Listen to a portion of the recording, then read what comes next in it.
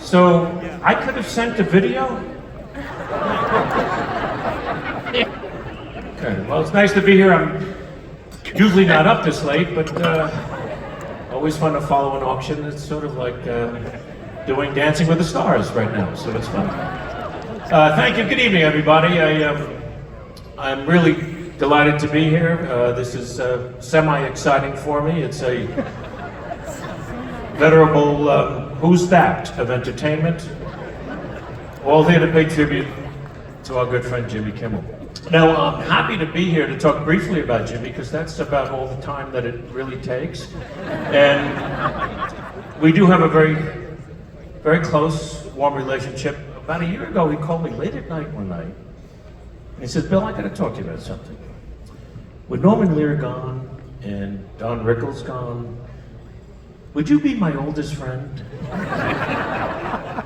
So how could you turn something like that down? He's a hilarious man, of course, but Jimmy's heart is why so many of us are here tonight. Jimmy's family is here. You know them. They're incredibly supportive, caring, funny, and the most gullible people I have ever seen in my life. I've yet to meet one of them that you can't fool with the simplest of pranks. They're like a gang of golden retrievers looking for the ball you didn't throw. The kind of people who not only fall for the got your nose trick, but they immediately call 911. Every game of peekaboo ends with a missing persons report, and no one has ever won a game of Marco Polo. Of course, they can't get the name right.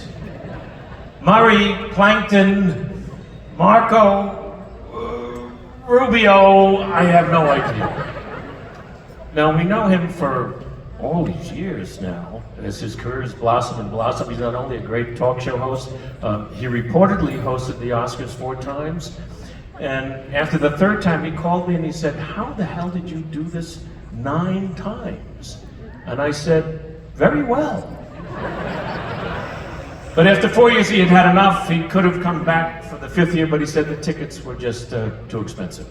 Now, I know him as a great husband and a great father, and I saw it firsthand. In September, we were together at this conference in Santa Barbara.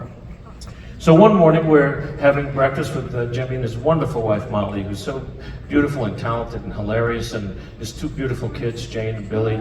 And Jimmy was saying how proud he was of them, and little Billy was so kind and how polite he was, and Billy was quiet, just drawing something with a crayon, and Molly was reading a little book to Jane, and it was just a beautiful thing. And then Jimmy and Molly got up, and I hear a psst, and Billy pushes what he was drawing with a crayon over to me, and he opened it up and it said, "Please help me."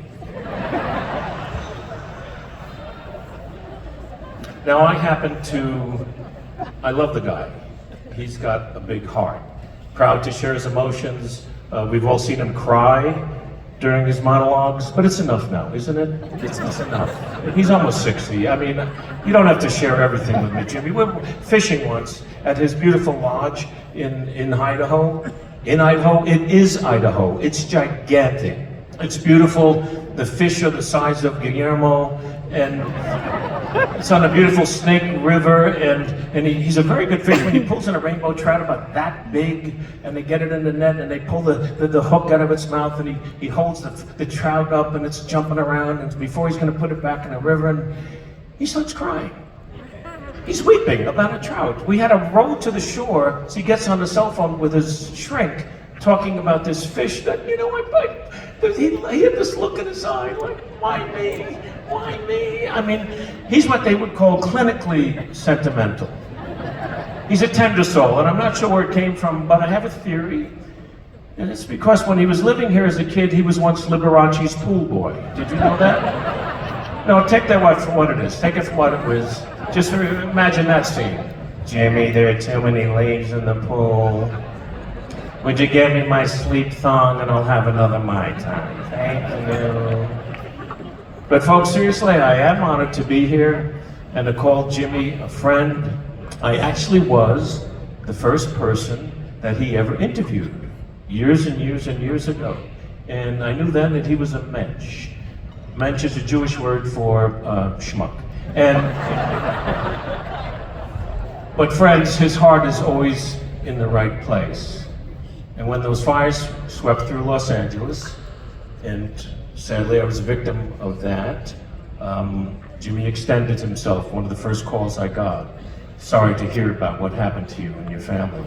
And during his show, he turned his back lot into a donation center to gather items for families who had lost everything. And those extensions of kindness are what I'm living on now, myself. You know, it's that you can lose all of these things, and we lost everything. But what you can replace is possible, but what you can't replace are great friends. So whether it's natural disasters, or childhood cancer, ALS, AIDS, or brain health, he always steps up. So when they called me and they asked me, you still want to be a part of this night? I said, what all of us said, I gotta think about it. Okay, and our next guest also thought about it, and like me, they said, anything for Jimmy, he's one of a kind. Recently voted America's Cutest Couple by America's Cutest Couple magazine, here are Jimmy's good and perhaps only friends Kristen Bell and Dax Shepard.